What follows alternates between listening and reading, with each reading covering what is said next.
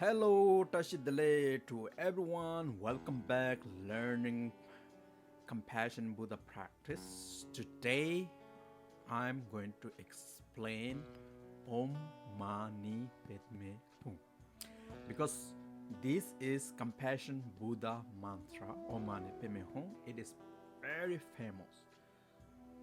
This mantra is a well-known mantra.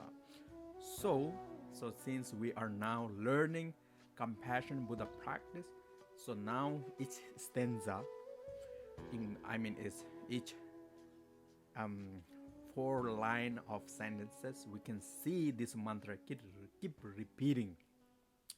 So it is. I thought it is really good to know the meaning of Om Mani Padme Hum, but even though it is has a vast meaning, deep meaning, it's not something like very simple. It is really deep and a vast meaning. So anyway, we're going to here discover little meaning of Om Mani Padme Hum. Okay, and I will explain whatever I know. Let's start. So here we have a first letter Om. Om is in this case Om Mani Padme Hum. This case Om is representing the body, speech, mind.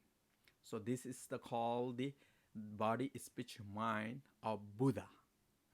So there is a pure body, speech, mind and unpure body, speech, mind. In Buddha, body, speech, mind is pure, and our sentient beings body, speech is not pure. So therefore, when we recite Om, we are trying to transform this body, speech, mind into pure. So that is we have to think. Okay. So next one is Mani. So Mani is meaning is rinchen. It's translated in jewels. This is like something that is a very precious thing. For example, if you have a jewel, if you have a lot of jewel, what you can do is you can completely free from of poverty.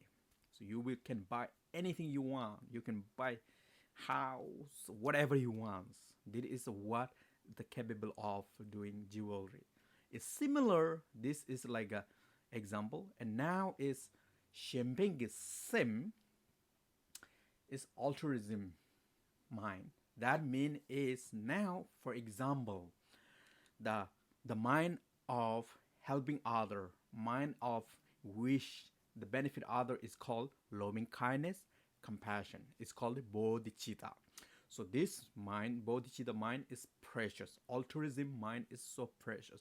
Why? Because this mind is the only method to get rid of suffering of all sentient beings.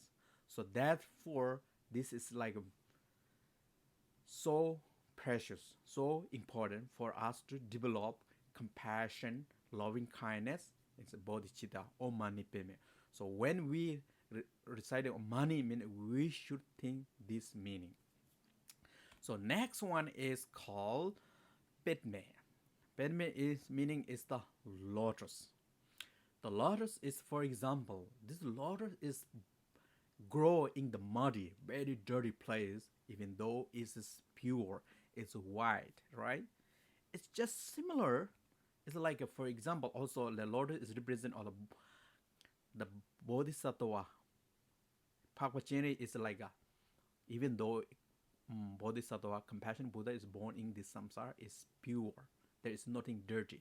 Just like a lotus born in the dirty, muddy place, but it's completely pure. Just like even though bodhisattva, compassion Buddha is born in samsara, and it body is mind is pure. That is what it is saying. And then next you can see here shut up, also representing, for example, they are like wisdom. The wisdom is there are so many levels. The wisdom of realizing everything thing is impermanent. The wisdom of that uh, realizing the emptiness.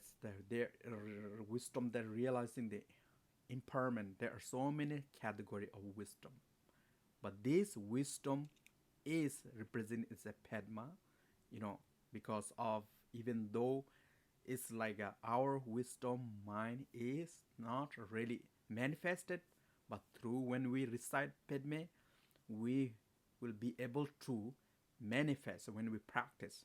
So this is what we have to think. Through our purification, our there are so many wisdom, but finally when we practice every day, we will be able to manifest. That is called the wisdom. So now it's like a, you can see, oh, this level, this is like a method. Altruism mind is the method to get rid of our suffering. And then this, the second Pedme is here is also representing the wisdom. So that means is the wisdom method has to work together to be able to go further, to become enlightenment.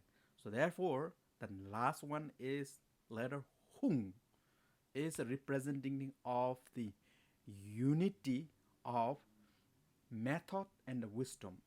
Tapshe Sungshu. So I mean, Tap is the method, She is a, here's a wisdom shut up. So these two things has to work together. For example, if we want to walk, we need the right leg, left leg. So that way we can move forward. Otherwise, one leg doesn't, we can move further. So therefore, we need two legs. It's similar in order to become enlightened, in order to move the high level, we have to work, we have to have a wisdom and method, these two. So that's why last letter is a unity of method and wisdom, okay? So therefore, when we recite Om Mani Padme Hum, that is all we have to think the meaning. So that way it is very powerful. So now is go next level, another. It has so many meaning in it, Om Mani Padme Hum. So now we have here, look at how many syllables are there in Mani Padme Hum. Oh, here 1, 2, 3, 4, 5, 6. 6 syllables. So 6 syllable mean is there. Also we have to think is that like there are 6 kind of sentient being. So in Tibetan, Dowa Riktuk, that means it's 6 kinds of moving beings. So what that means is, you know, sometimes 6 type of beings born in the God realm, hell realm, hungry ghost, human, demigod, so many places move because of the disturbing emotion. So therefore is they are called 6 type of sentient being. So now is therefore when we recite Om Mani Padme Hum, so we have to think the 6 type of human being, 6 type of sentient being created by the disturbing emotion. There are 6 types of disturbing emotion. So we will discover these 6. For example, the first one is a Ha, is a God. Don't, of course, in Buddhism there are so many categories of God. It doesn't mean it's a God. Of course, the God is mighty. Everybody is pray to God, but it is different. This here is the different. Okay, that is we have to keep in our mind.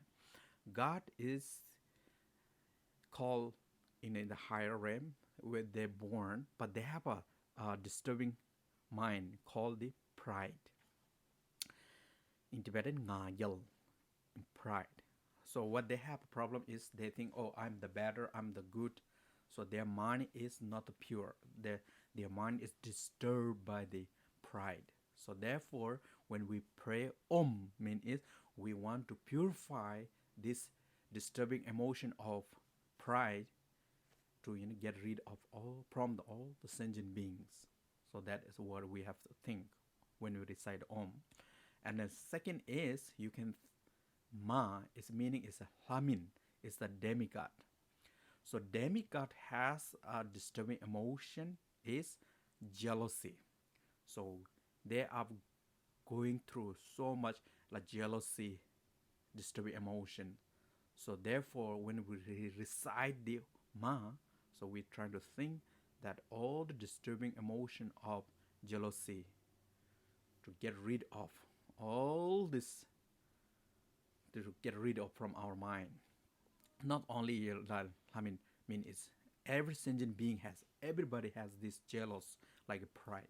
So we're trying to think all sentient beings, jealousy is be get rid of, free from of our mind. That is what we have to think. The next one is me is a me human. So human has a disturbing emotion is called attachment. Through the attachment, so we have a lot of things wanted, so many things. For example, a human need never satisfy. If you have whatever you want, still you want more and more. You have like a phone, you need a Apple phone, iPhone. You have already watch. You need an Apple Watch. You see it there. You have a car. You need a better car. So therefore, you never satisfy. You want more, more. You have everything, but still you more. So through this attachment, you create so many problems. So next one is pet. Mean is the dido. Dido mean it's animal. So animal has a disturbing emotion is like a timuk, is the ignorance. The ignorant is something that we cannot identify. This is good, this is bad, this is the virtue, this is non-virtue. It's hard to identify, and then also the less wisdom, less intelligent. So therefore, is the ignorance. The animal has the suffering of the ignorance. So next one is me is a yidak, is a hungry ghost. The hungry ghost has a disturbing emotion is called serna, in translate stingy. That means is you don't want to share, you don't want to give. It's a kind of mind trying to keep everything, and you don't want to eat yourself, you don't want to use yourself, you don't want to give anything other people, you don't want to share anything. That is kind of mind. So that is disturbing emotion that hungry ghost. The last one is a hung is having nyalwa, is a hell realm. So hell realm is like has a disturbing emotion of what is anger. So anger, the anger is the most devastating emotion. When you feel anger, what do you want to do? You want to hit, you want to beat, you want to do everything, you want to destroy everything. You want to destroy whole world. That is how you feel, right? You are burning like fire. So therefore, now when we come to this Om Mani Padme Hum, these 6 disturbing emotion are exist every sentient beings, everybody, no matter how like your king or servant, every human beings, every living being has this. So therefore, when we recite Om Mani Padme Hum, we have to think this 6 types of disturbing emotion to purify. So these 6 disturbing emotion, when we create, for example, if you do bad thing through the pride, you just commit so much negative action, you will born against God. That is how it manifests. When you out of jealousy, if you do bad thing, and you at a high level, that is how you born in the demigod.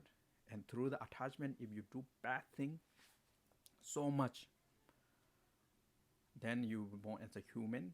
And if you do a bad thing out of ignorance, you will born as a animal. If you do the out of stingy bad thing, and then you will born as a hungry ghost. If you do out of anger bad thing, you will born in hell realm.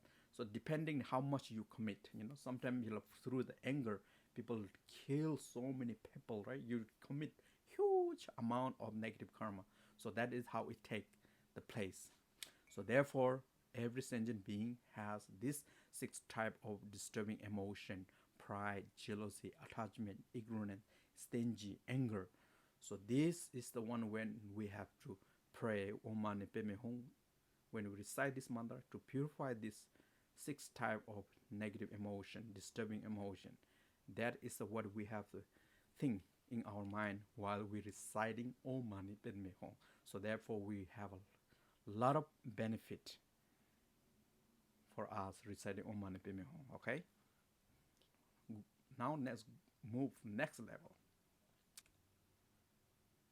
So next one, you can see that there are 6 type of syllable, and you can say each syllable has a different color. This is not something that like a fashion or something look nice. It is not something like clothing design, right? This color represent specific meaning. What is representing in that's called the 5 Buddha family. Earlier we have gone through, right?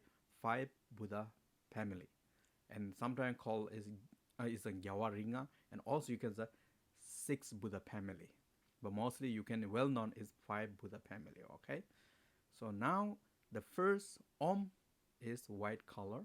It is representing the Buddha Vairocana, in Tibetan number Nangze. It is white color. And next one you can see Ma is a green, is representing the Buddha Amongasidi, is De Drupa. This is green color. Next one you can see Ni is a gold color. It's like you is representing the Buddha Renchen Jungne Rana Sambhava. Now you can see Pet is the blue color. It is representing the Buddha Ashabhya Mikyo Pa. And next one is red color. It is representing the Buddha Amitabha Wepak Me. So these 5 called 5 Buddha family. 1, 2, 3, 4, 5. It's a 5 Buddha family. So then this next one is called, we have Dorje Chang Vajradhara. The last one is the representing Dorje Chang Vajradhara. So total is, you can sometimes it's called 6 Buddha family, but also called 5 Buddha family. 5 Buddha family you can say mostly number Nangze, Den Drupa, Renjin Jungne, Mikepa, Uepak Me. Okay. So now, like for example, when we talk about this 6 type of disturbing emotion, you can see here like a ngagil. When is the ngagil is purified, this the pride is when transformed into pure, is going to be like the wisdom. What type of wisdom? Dharma tad wisdom. The chain yishe. The something like our disturbing emotion, our level is kind of like something like unpure, but when this become a pure, that is the wisdom itself, is the wisdom. So that is how it's called transformation. And then the next one is, we have what? Jealousy. So when jealousy is transformed pure level, it become a all accomplishing wisdom. Jadup Ishe. And next one we have here is disturbing emotion of attachment. When it's transformed into pure, it become a equanimity wisdom. Nyamni Ishe. The next one we have a disturbing emotion, ignorance, timok. When this become a transform into pure, become a mirror like wisdom, melong yishe. The next one, we have a disturbing emotion of anger. When this transform into pure level, is discriminative wisdom, sortok yishe. So you can see that like this 5 is a main disturbing emotion. Main, because there is no like stingy one, but this everything is included here. But there is a main this 5 poison. So when this 5 disturbing emotion is transformed into pure, This is all the wisdom is manifesting in our mind. When it's manifest, these are the Buddha in our mind. That doesn't mean is this Buddha are some coming from somewhere. No, these five family Buddha are within us, within in our mind.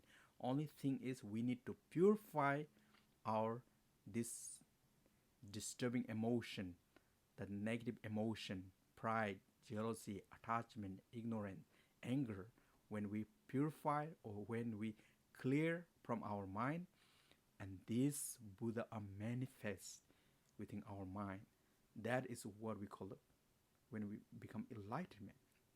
So therefore, when we recite Om Mani Padme Hum, think all the meaning of Om Mani Padme Hum and think all this five Buddha family and think about the wisdom. So when we think this all kind of this quality of within our mind has possessed within we have from the beginning within our mind, that is how we get more powerful when we recite Om Mani Padme Hum. Okay, so this is the very brief explanation of Om Mani Padme Hum. I know it is a very vast and a deep meaning. There are so many things to explain, but I'm trying to share here very brief explanation. Even though it is brief, but even it is very helpful, very useful for us to know first step to recognize all these things. Okay, so this all brief explanation on Om Mani Padme Hum.